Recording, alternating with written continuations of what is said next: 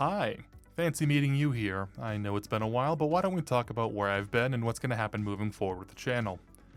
My new PC is finally done. I thought about making a showcase video for the damn thing, and maybe I will if you guys want some cool cinematic shots, but I tried shooting some stuff and it just felt cringy and out of place for me, so I decided to ultimately make this video instead. I've been talking about this new PC for a while now, literally over a year at this point, and I'm sure some of you have some questions.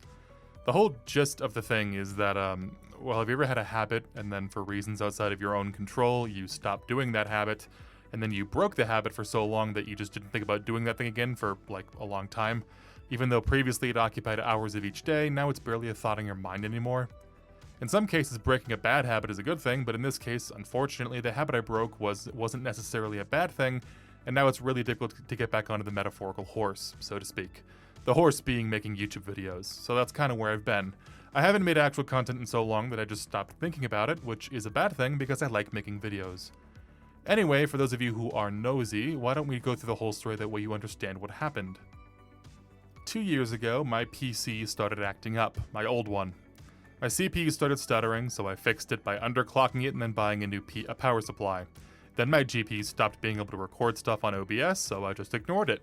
I would have OS issues that would take me days to fix, I had drive read errors that would take me weeks to unclusterfuck, I would hear awful clinking noises inside the case, so I would take the PC apart and find literal metal chips rattling around one of the GPU fans, and in one particularly horrifying evening, one of the case fans. So I wanted an upgrade. I was given this PC as a hand-me-down like 6 years ago, right after I got back from college. It was actually my first desktop PC. Before that, I was a console gamer. That's why all my early footage on this channel was recorded on a PS4 and an Elgato capture card, because I literally did not have a computer to run games. I had a laptop that barely functioned. I'm honestly surprised that I was able to edit videos in Adobe Premiere, and even more surprised that I was able to export them because that laptop sucked. I think I still have it in my closet, actually. And then I got a PC to run games, and I was thankful for the hand-me-down. When I started recording games, I immediately realized that I wanted something bigger and better. I just wasn't happy with the footage that I was recording and the quality that I was recording it at. I'm a bit of a perfectionist. I'm of the opinion that if I can't do it right, I might as well not do it at all. This has caused a lot of issues in my life, and I'm trying to work on it because it isn't always a healthy mindset. At some point, you just have to settle for good enough. Good enough, oh, I'm taking care of business. Good enough, now it's time to move on. Good enough, I am finished, son. Better not perfect than not done. But the videos that I was making with my old PC were okay, but I knew that they could be better. I watched some of that old content and I think to myself, man, it would have been cool to have some higher quality footage to play with. I'm also violently reminded of all the footage that you guys never got to see due to corruption errors or other hardware-based problems because my old PC just wasn't good enough. Then I discovered the Obsidian 1000D Super Tower case. I don't even remember where I found it, maybe on a Linus Tech Tips video, I don't know. And I fell in love with the idea of having a dual system case. One for gaming, one for recording footage, and that became my goal.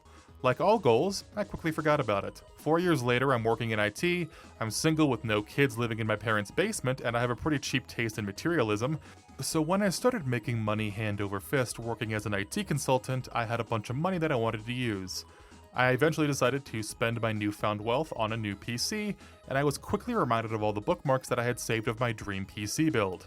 And coincidentally, this was right around Black Friday, and by extension Cyber Monday, so I was able to get some really good deals on my PC parts. And then I got to work. About 2 months into the project, I knew that I was getting close to the end. What I didn't know was that GPUs were absurdly expensive. Remember, this is the first PC I ever built for myself from scratch, and it was my second PC ever. And when you work in IT, it's not like CompTIA training really teaches you about the price point of PC parts. I knew that GPUs existed. I mean, I know what they are, but I had never worked with them in a professional setting, nor had I ever really looked at prices for them, so I had no idea about how expensive they were. I thought GPUs would have been comparable to a CPU. I don't know why they aren't. The graphics card industry is a bloated corpse of greed, but I digress. In hindsight, I really should have just bought a cheap Nvidia card and been done with the whole thing. But again, I'm a perfectionist. So I overextended myself and wanted a high-end GPU like a 4090 and realized I didn't have enough money to finish the project. I told myself that I would attach myself to a new contract and get the money to finish the computer, and then I couldn't find a job. I don't know why, but the market suddenly shifted. It was as if nobody was hiring anymore in the IT field. So I was left unemployed. I kept myself afloat by doing freelance gigs in software QA testing and video editing for other YouTubers, and other random jobs that I could find on Craigslist, but nothing concrete, nothing full-time, and nothing that got me enough money to finish the project. I don't like to talk about my mental health all that much, because even if I come across as relatable or endearing to some of you, I'm sure somebody watching this will tell me to toughen up and that life is hard or some other Reagan-era masculine bullshit like that. I just really don't talk about my mental state all that much, even to people that I would call my friends and family. But I will tell you that I was very obviously, in hindsight, very in a slump and depressed. Still am, if we're being honest with ourselves here. Even recording this video took me an extra couple weeks because I couldn't find the motivation to break this cycle and start making videos again. In case any of you are looking for advice about how I overcame my mental illnesses, I don't use medications. I have not been to a psychiatrist since I was a teenager, and even when they asked me to consider taking antidepressants, I vehemently refused for reasons that I won't get into here. I still contemplate killing myself almost every single day. I just learned to fill the rest of my day with thoughts that will drown out the negative ones. And I did it without drugs or alcohol, which sounds impossible, but somehow I did it. So if you want some advice, I don't know, take a walk and breathe in some fresh air, or eat a dozen donuts, or hire a prostitute or something. Something to take the edge off of life for a little while. That's what I do, just make sure that you don't pick a vice that will permanently damage you long term. Anyway, during this period of time, weeks turned into months, which turned into over a year. Here we are, 16 months later.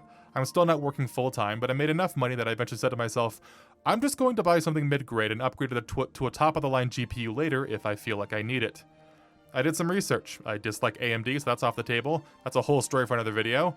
Which left Nvidia cards, or more interestingly, the new Intel cards. I know a lot of people trash Intel for some reason. I don't really get it. I find their products to be very, very reliable.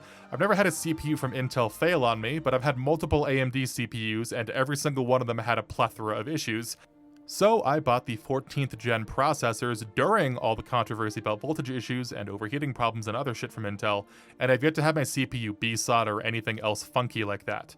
I don't really get the criticism for Intel. It really feels like an online case of mass hysteria or the strangest case of cognitive dissonance that I've ever seen, short of liking politicians, but I digress. So I took a look at Intel GPUs. The Alchemist series had dropped a little over a year ago at this point. I knew that the A770 was good, but not good enough to beat even a low-tier Nvidia card. But then Intel released the Battlemage series, and the B580 knocked the socks off of anybody willing to try it. It was cheap at $250, and it had 12GB of VRAM, and for anybody who cares about the technical details, Intel has actually made leaps and bounds with their GPU drivers. Like, a lot of that stuff has been ironed out, and it's pretty damn good these days. I've played tens, if not over 100 different games in my Steam library, and none of them have had driver issues. Not one. That's a bit of foreshadowing, but I did buy the B580. This card runs very well for its price tag. I paid a third of the price of a 4060, and it runs about as well as one. Plus, I get to not buy Nvidia and their overpriced graphics cards that allegedly have a habit of melting and lighting themselves on fire, so that's always good. Anyway, for those of you who are wondering, Intel's XeSS runs incredibly well. I haven't played around much with the DLSS on Nvidia cards because I've never owned one, but I have friends who came over to take a look at the PC, and they all claim similar quality to their Nvidia cards running DLSS, and I trust their opinions, so do with that information what you will. I'm not saying that my B580 is better than every Nvidia card. I'm saying that it's really good and it's really cheap, and I like both of those things. The footage that you've been seeing the entire time was recorded using my new PC. This card is actually capable of rendering 4K resolution at 60 FPS of some games, just not some of the ultra new titles. But it runs 1440p at 120 FPS for pretty much everything else, and it runs it really, really well. And again, I paid half the price of an Nvidia equivalent. I cannot recommend this card enough if you can get your hands on it. It's absolutely worth it if you're on a budget, and it's also pretty good if you're like me and can't stand AMD as a company. Anyway, for those of you who are interested in the specs, I have 4 sticks of DDR5 16GB, totaling 64GB of RAM. Thought about getting 128 or even 256 because my motherboard actually supports that much RAM. But I don't think I'd ever actually need that much. My old PC had 32GB in it, and I never hit the resource cap on that damn thing. And I've been using my new PC for a little while, and I've never got above 50% of my RAM usage. And keep in mind that I'm the type of weirdo that will keep RAM-heavy programs like my Firefox browser or Obsidian open while I'm playing video games. So 64GB is plenty enough RAM for me. My CPU is an Intel i9-14900K. It is a very good CPU. This thing runs stuff so goddamn quickly that it's actually kind of frightening. I'm also pretty sure that it is the most expensive thing in this computer besides the case itself. Luckily, I got it on sale during Black Friday last year. I mentioned it earlier, but I've had zero issues with the CPU, and I bought this thing during the controversy regarding Intel's 13th and 14th gen chips. So clearly whatever BIOS updates that Intel pushed worked perfectly. Speaking of the case, the Obsidian 1000D is a super tower case. It supports 2 PCs at once, a mini ITX motherboard, and the second bigger slot supports any size. I'd like to point out some things about this case because there are things that I love about this guy, but there are also things that I heavily dislike.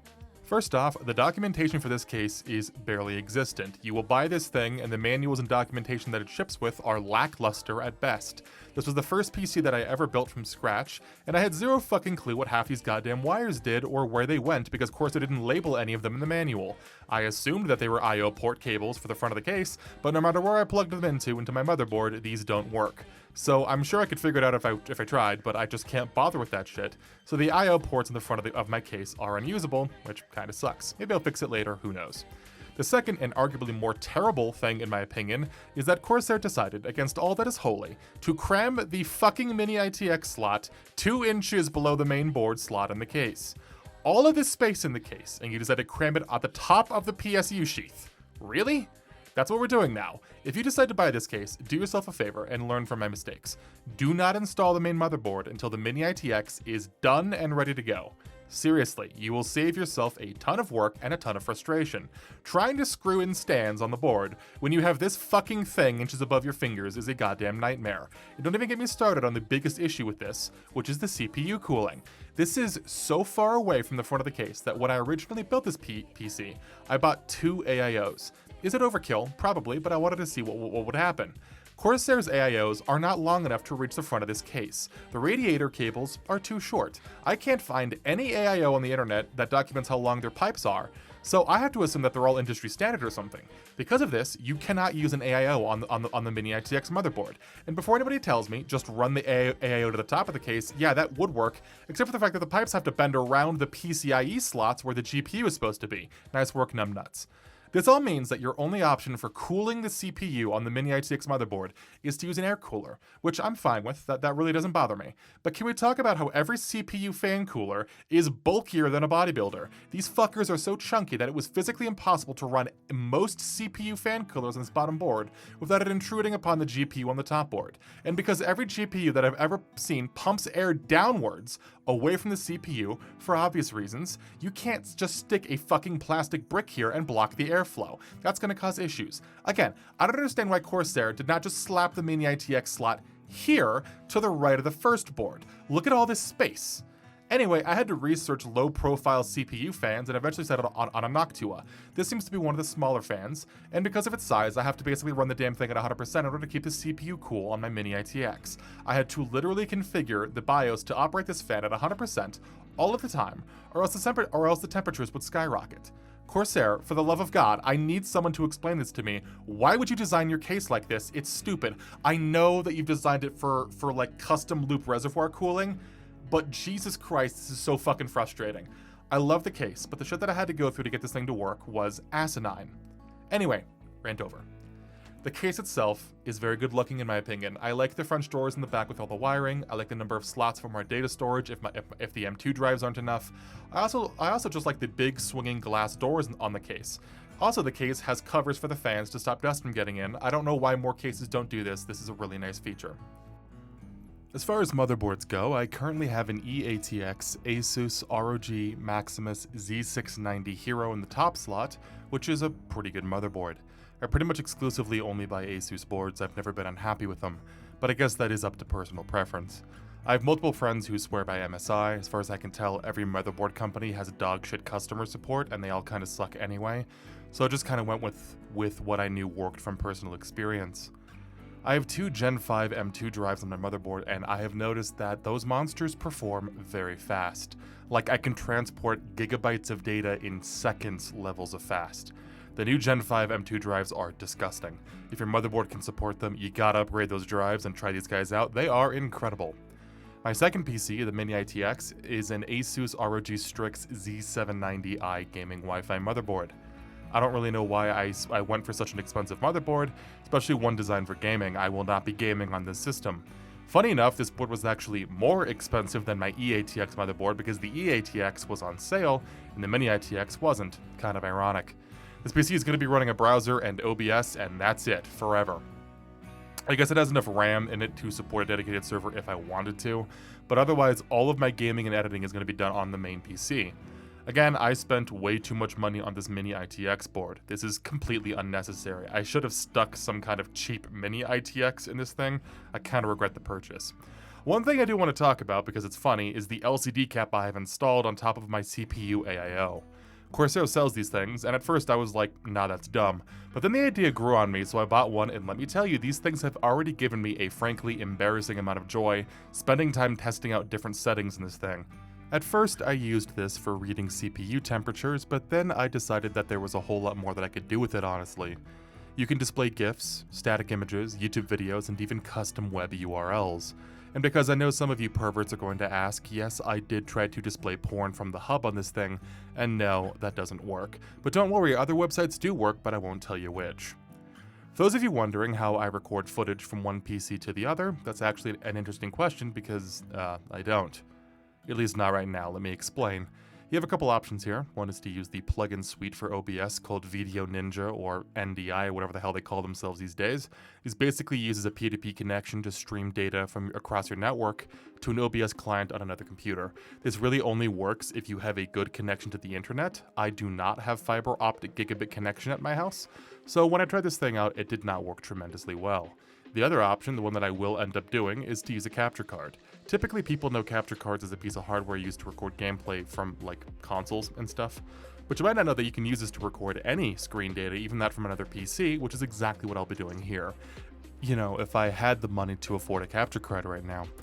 I'd also like to talk about what I'm using to actually edit videos, because I stopped using Adobe Premiere Pro. I know, I finally stopped having to pirate Adobe products.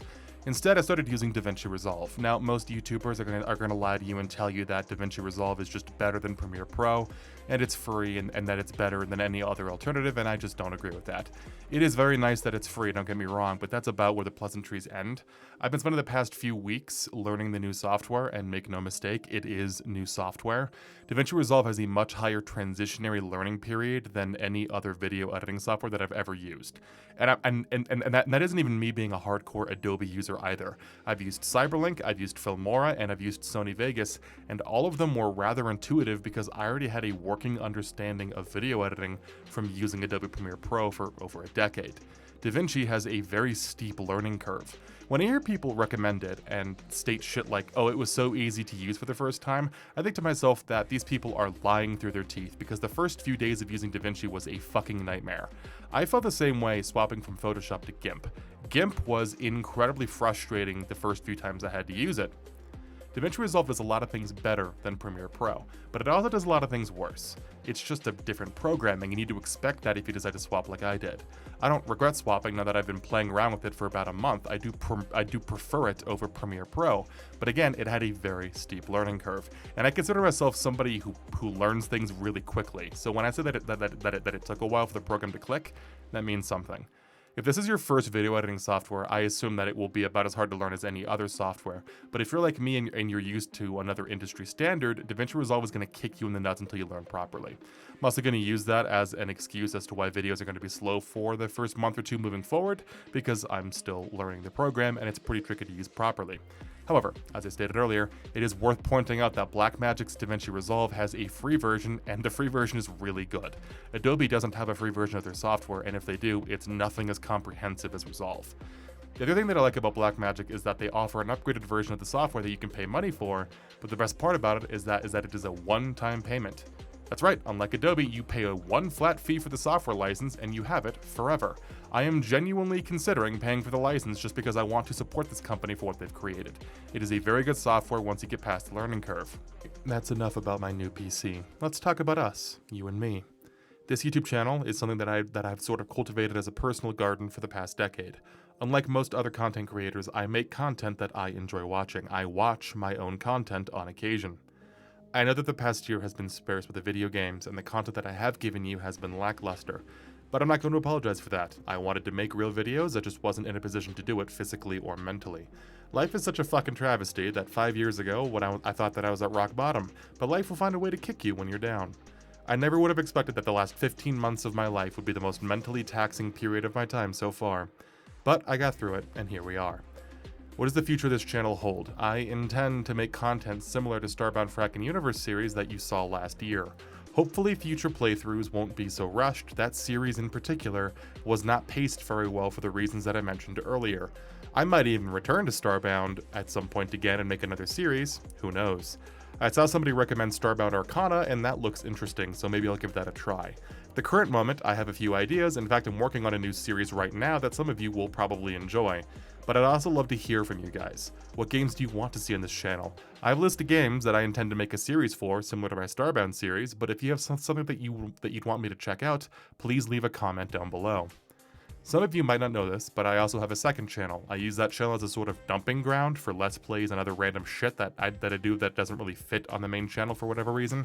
Typically, I use that channel for, quote, non-scripted content, and I think that is a pretty good way to look at it. When I start streaming, I will also likely post raw stream archives onto the second channel, or maybe I'll make another channel specifically dedicated to stream archives, who knows. Speaking of streaming, now that my new PC is done, I will be streaming at some point. I'll probably be multi-streaming on both YouTube and Twitch, so for anyone who refuses to use only one of those websites, don't worry. But if anybody wants me to stream on another platform, I'm open to suggestions. I'll figure out a schedule at some point and do whatever feels natural for me when it comes to streaming stuff. I just need to run a few test streams to see if my internet is strong enough to stream at the quality that I want to stream at. If it's not, I might need to wait until I find a place with better internet access.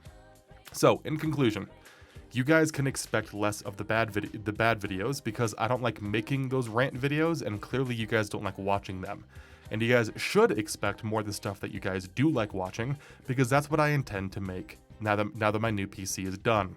On the second channel, expect more Let's Play series, particularly the second campaign from Mindustry, Arakir, because I promised that I would do it and I haven't delivered on that promise yet, so it is at the top of my priorities.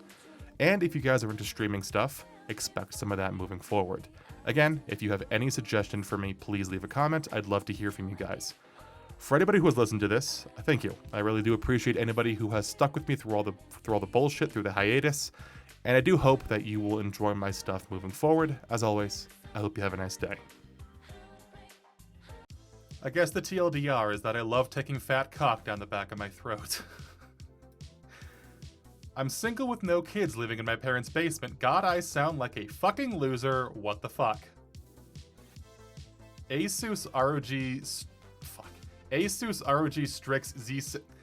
Asus ROG Strix Z7 Why are these fucking motherboard names so goddamn long? Why can't they just name these goddamn things like they aren't autistic? It feels like I'm reading a fucking binary. I hate this. Goddamn it.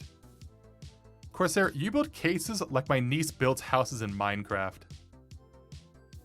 Clearly I've never hit rock bottom because I never picked up a fentanyl addiction. I guess I still have room to dig this hole deeper, huh? My next game is going to be Roblox. That joke has not aged well, just like all those grooming victims on Roblox.